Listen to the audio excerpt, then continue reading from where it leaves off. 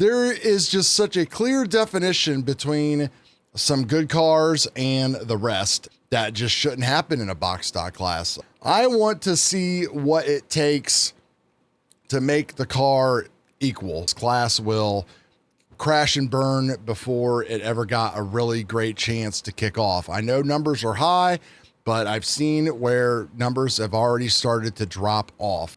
What's going on, everybody? It's Chad. Welcome back to the Dorky and 40 RC channel. Well, when it comes to RC racing, you're going to win some and you're going to lose some.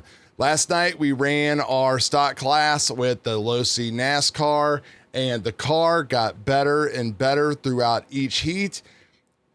And I didn't win. I took the TQ spot, but only after having an amazing run. But literally with 2 laps left, this happened.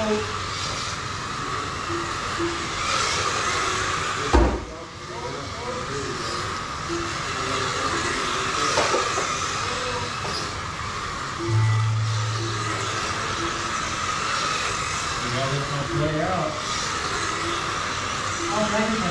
Oh, yeah, got that. 52, Dave 50, John 49, got it. I still haven't figured out what's going on with the car, but after that, we drove in the main, and you can just kind of see what the car is doing here.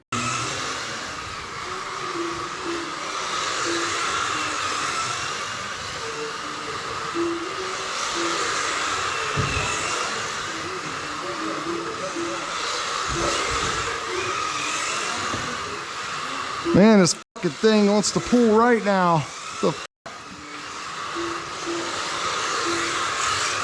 It was very ugly. No amount of trim or anything was able to like fix the car, and I just could not drive the car as smooth as I did, because I mean, in the top qualifier heat that I did in round 3, you can see that we ran 52 laps and a 95% consistency, which with this car is pretty dang good, because, you know, the car on carpet is difficult to drive because the tires are super grippy.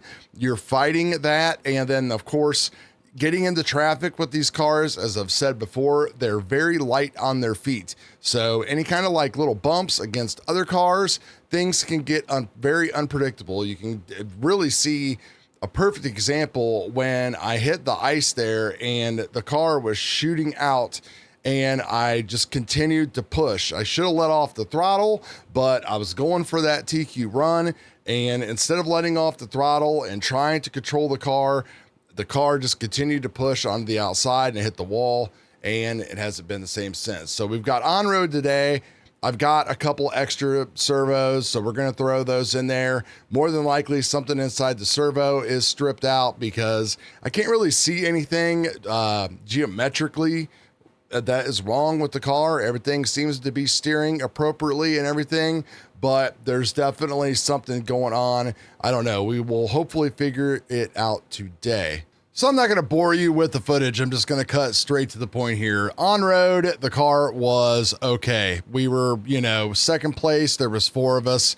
It was fine, but there was a unicorn, and I'm going to make a video about this unicorn so you guys can see what a unicorn really is. And, you know, like, it's claimed to be box stock. I drove it. I looked all over it. You know, I have taken every nut and bolt out of this car, and all I can tell you is just the things that how it felt different than mine, and maybe we could try to duplicate that. And that's kind of what we're doing here. We basically have a box of parts, and we're going to put one of these things back together.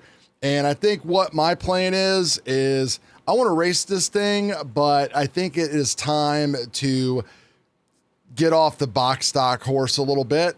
I will race it in a non-box stock way and not have points or anything like that. Mostly just because there is just such a clear definition between some good cars and the rest. And a lot of people that I drive with, I know are, I mean, I'm not the best driver, but some of these guys are way shittier drivers than me. And the only thing that's honestly holding me back is the car. I don't really care. I don't have to win. I just want to try to figure this out and what is going on with how we can equalize these cars a little bit more. For example, I made a video about chargers. Well, if you're running the non-stock charger, you're able to charge your battery at a higher amp. And that is going to put a little bit of extra heat into the battery. That's going to lower the internal resistances down. So are we all running box stock? I've heard of people busting out other people at tracks that are using non-spectrum chargers, and they have tested these batteries, and some people have charged these things over 9 volts. So, you know, we run them at 8.4. So people are really loving to cheat with these cars because they can't tech things that are kind of inside. So there's the little speed secrets like pulling off bearing shields and all that stuff that people can do beyond playing with oils and stuff that you really can't tech unless you start pulling the car apart and looking at it.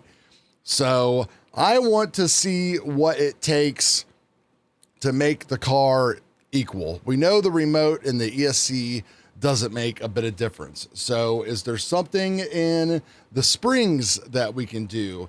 Is there something different with the tires? I've seen that people are running different compound type of tires, soft and medium, and mixing those up a little bit.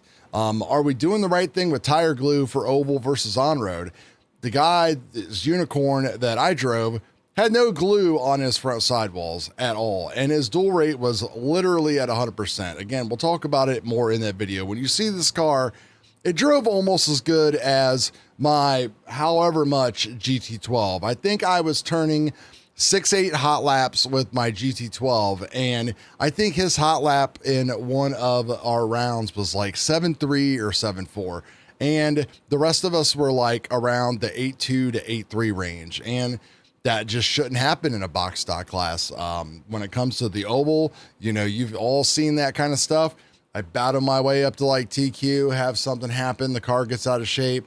You know, when I was able to kind of correct a lot of that by, I just lubed the shit out of everything. I literally took bearing oil because we've done sanding and all that kind of stuff to make sure that nothing is binding and have the freest steering possible. So I literally just started spraying like bearing lube wherever there was like metal or where something would move or anything else. And the car did get better. But last Wednesday night, a couple nights ago, when we had our oval race, it was pretty much the same thing. Like the car just will not hold a line, whether I let off throttle, come back on the throttle, whatever. It'll push when I don't want it to. It will pull when I don't want it to. It's very odd. And I know that there are many people that are having issues like this. I see them online complaining about it, and I see a lot of people at the track that are happy with their cars, and I see a lot of people that are not happy with their cars and have already quit and sold them, so on and so forth. So I want to try a way to figure out how to bridge the gap. And the people that are now on the box stock horse either have a great car, and like I said before, as soon as something goes bad and they have to replace something, then they might not have that perfect unicorn anymore, or they might be doing things that we don't know about. So it is what it is. But again, I want to find out what is going on and how we can level the playing field for everyone so everybody can enjoy this.